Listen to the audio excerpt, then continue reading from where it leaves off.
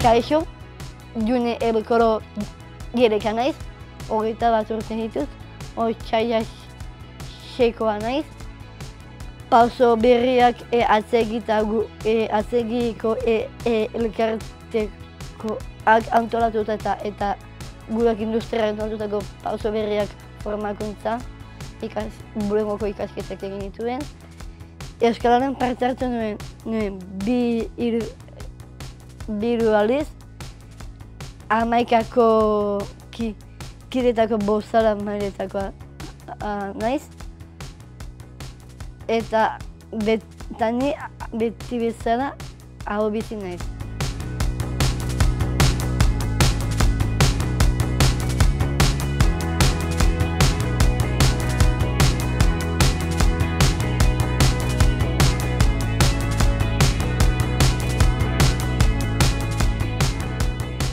Gaur duten rola aho bizi da, beti aho bizi izanaz.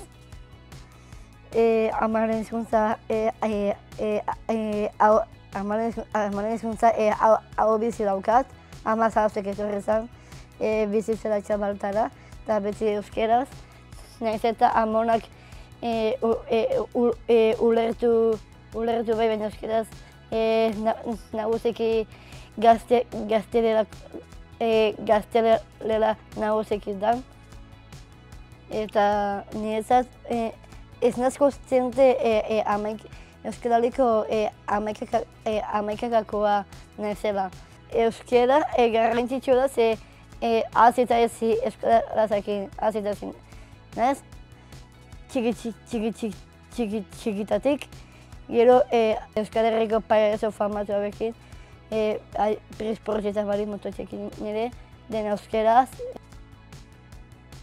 Niretzat importantia da euskeraz gehien bat erabileragatik.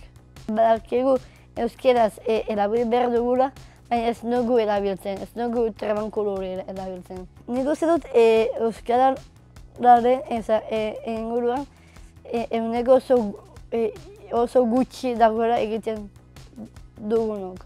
Eta hori zoritxarrez pena bada.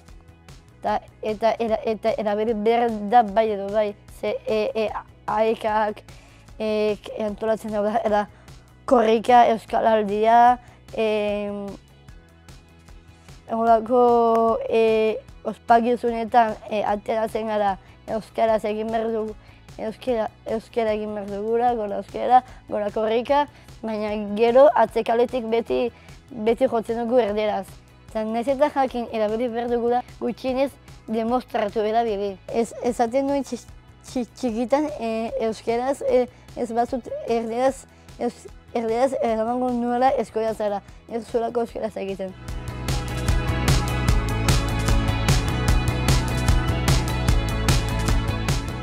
Lagunen artean daukat biak, bai gaztela eta euskara. Bat jotzen dutenak gazteleraz, komodo sentitzen izaneko gazteleraz egiteko, edo kostatzen zaiona ulertzeko edo ezin duela hor bai egiten dut gazteleraz gehiago. Nahiz eta euskaraz egin ere.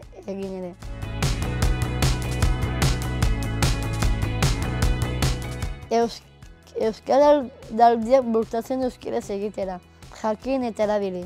Eta uste dut egin behar dela. Ez aipagarren moduan jartzea, erabilipena behar dela. Erderaz dauden hitz batzuk izaten ditugula, baina ez dakit dela erderazko hitz horietan euskaraz nola esaten diren. Eta hori neko nuke jakin. Euskaltegia zerbaitetarako da, euskaltegia. Hortik jotzen da.